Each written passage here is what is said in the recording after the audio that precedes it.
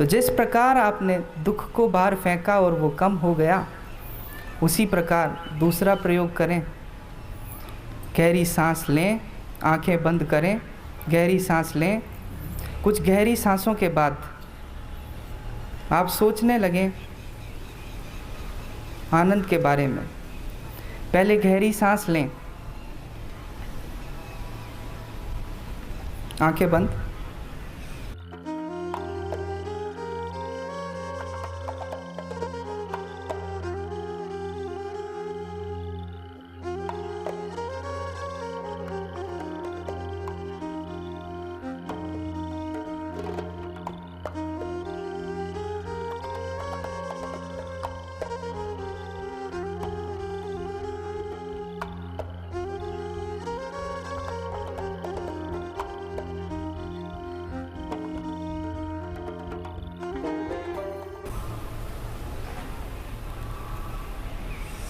अब आनंद को बाहर फेंकना चालू करें, बाहर निकालना चालू करें, जिससे कि नए स्रोतों का जन्म हो सके, आप में ताजगी आ सके।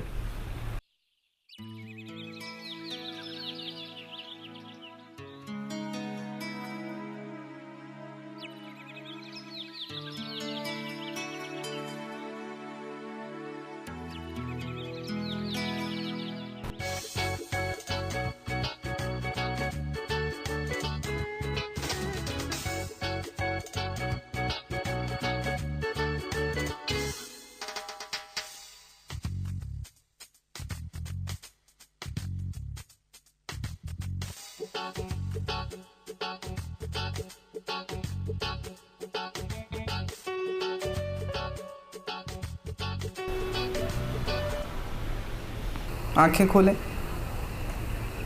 मैं आपको सिर्फ 2-5 मिनट का ब्रेक देता हूँ।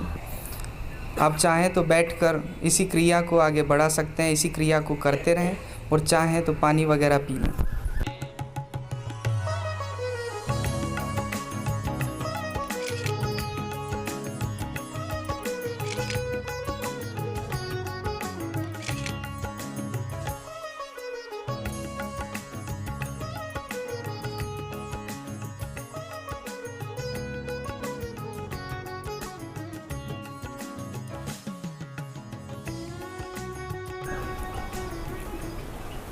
आप ये जो प्रयोग हैं,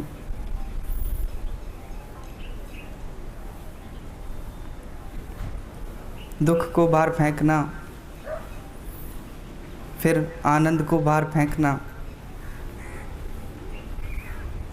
मैं चाहूँगा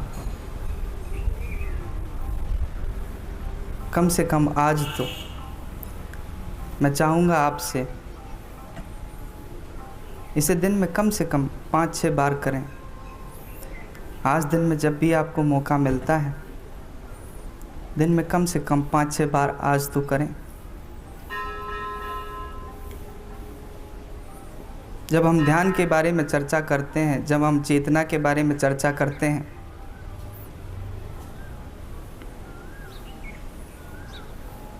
जब हम आनंद के बारे में कुछ चर्चा करते हैं, तो हमारे दिमाग में कुछ चित्र उभर कर आने लगते हैं। आनंद, वैराग्य, परमात्मा। आप सोचने लग जाते हैं राम के बारे में कि आप राम हो जाएंगे। आप इच्छा पाल लेते हैं, ये सब क्रियाएं करके आप बुद्ध हो जाएंगे, महावीर हो जाएंगे।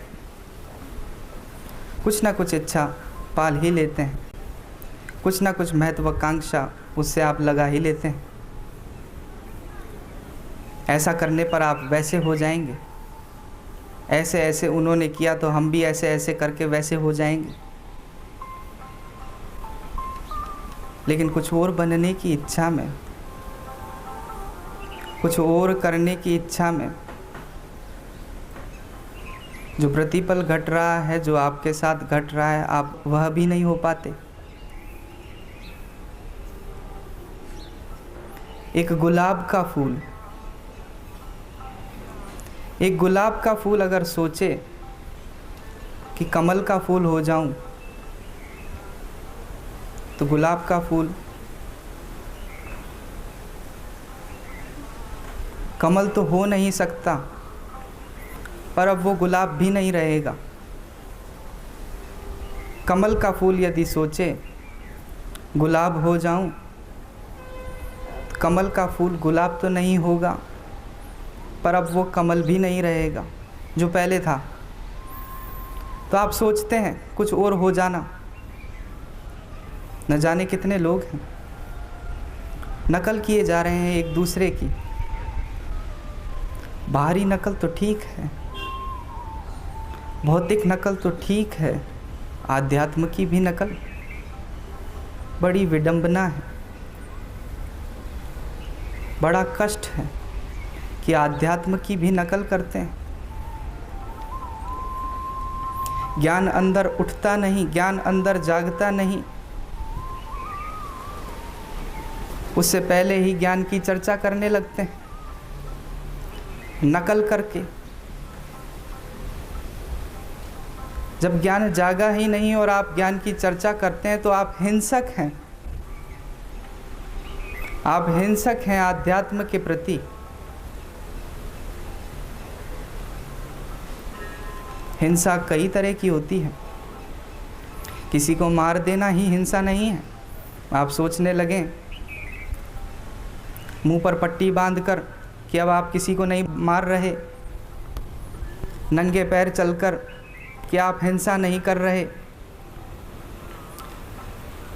तो एक बात तो ठीक, आप जीव हत्या नहीं कर रहे, पर हिंसालु आप हैं। हिंसा बहुत है। यदि आप ज्ञान के जागने से पहले बोलने लग जाएं, उपदेश देने लगें, तो आप आध्यात्म के प्रति हिंसक हैं। यदि आप समय व्यर्थ में गवा रहे हैं, व्यर्थ चीज़ों में गवा रहे हैं, तो आप समय के प्रति हिंसक हैं। हिंसा में इन्हें मानता हूँ। चींटी मर जाना एक बात, कोई आपको संकट दे रहा है, कोई जानवर आपको परेशान कर रहा है, आपने उसे ख़त्म कर दिया, लोग कहेंगे हिंसा हो गई। मैं यहाँ ठहरा, मैं यहाँ आया, बड़ी चींटियाँ हो रही थी, तो चींटियों की दवाइयाँ डाली गई मेरे आने से पहले, ताकि आप लोगों को और मुझको चींटियाँ न खाएं। तो क्या हम हिंसक हो गए? मान लो आप हिंसक हो गए, आपने कुछ हिंसा की, लेकिन उस हिंसा से यदि कुछ अच्छा होता हो, यदि आप उस हिंसा से दूर रह सकें, तो कोई बुराई नहीं। स्वयं भगवान कृष्ण ने अर्जुन को उपदेश दिए, गीता के उपदेश आप पढ़ते हैं, लेकिन क्या गहराई से जानते हैं गीता के उपदेश क्यों दिए गए? गीता के उपदेश दिए गए ताकि वह युद्ध करे, युद्ध में उतरे, और युद्ध किसी को ख़त्म किए बिना, समाप्त किए बिना तो होता नहीं। तो क्या कृष्ण हिंसा सिखा रहे हैं? क्या अर्जुन हिंसक है जो कृष्ण के कहने पर ऐसा कर रहा है? गीता को यदि गौर से आप पढ़ते हैं तो ही समझ सकते हैं कि कृष्ण हिंसक कदापि नहीं। नहीं मारना, नहीं करना, अपने प्रति हिंसा हो सकती थी। यदि अर्जुन युद्ध न करता तो जो उसका अधिकार है, जो उसका अधिकार था, उसके प्रति हिंसा थी। इस संसार में आप हैं, आप कुछ नियम बना लेते हैं, कुछ चीज़ें पाल लेते हैं कि ऐसे ऐसे करेंगे तो हिंसा नहीं, और ऐसा ऐसा करेंगे तो हिंसा है। बच नहीं सकते आप। कुछ चीज़ें हैं जो घटती है और घटती हैं, उससे बच नहीं सकते, चाहे जितना प्रयत्न कर लें। अगर कुछ चीज़ें घट रही है तो घट रही है, उसे स्वीकार करें। ये न दिखाना चाहें कि आप अहिंसक हो गए, आप पुण्यात्मा हो गए, आपने धर्म कमा लिया। जो आपके साथ घटता है, जो आपके साथ हो रहा है, उसे वैसे ही स्वीकार कर लें। बच नहीं सकते। आज की राजनीति को मैं देखता हूँ, बहुत से लोग हैं हम में जो कहते हैं इसको जिता दिया, उसको जिता दिया, ये तुमने बेकार किया, मैं तो वोट नहीं देता, मैं वोट देता होता तो बात कुछ और होती, पर मैं तो वोट देता ही नहीं, मेरी तो राजनीति में कोई उत्सुकता ही नहीं। आप दिखा रहे हैं कि आप राजनीतिक नहीं, आप तो धार्मिक हैं, आप वोट नहीं देते। लेकिन एक बात याद रखना, आपका वोट नहीं देना भी उतना ही निर्णायक है जितना कि आपका वोट देना। आज कोई एक वोट से जीता, आपने वोट नहीं दिया, यदि आप देते तो वो न जीतता। आपने वोट नहीं दिया, आपने वोट नहीं दिया तो आप ये ना सोचें कि आप बच गए। बचे आप नहीं हैं, आप अभी भी उसका हिस्सा हैं। आपका वोट नहीं देना भी उतना निर्णायक है। तो बच आप सकते ही नहीं। जो घट रहा है, जो हो रहा है, वह आपके कारण भी है। जिम्मेदारी लेना सीखें कि जो घट रहा है, जो हो रहा है, मैं भी जिम्मेवार हूँ। दुख घट रहा है, दुख के लिए मैं ही जिम्मेदार हूँ। दूसरे पर थोपने की जगह जिम्मेवारी भी लेना सीखें, और जहाँ थोपना हो वहाँ थोप दें। उसके लिए भी मनाही नहीं, सहजता से। मैं तो आपको मनाही भी नहीं करता। अगर आपको थोप कर संतुष्टि मिलती है तो थोप दें।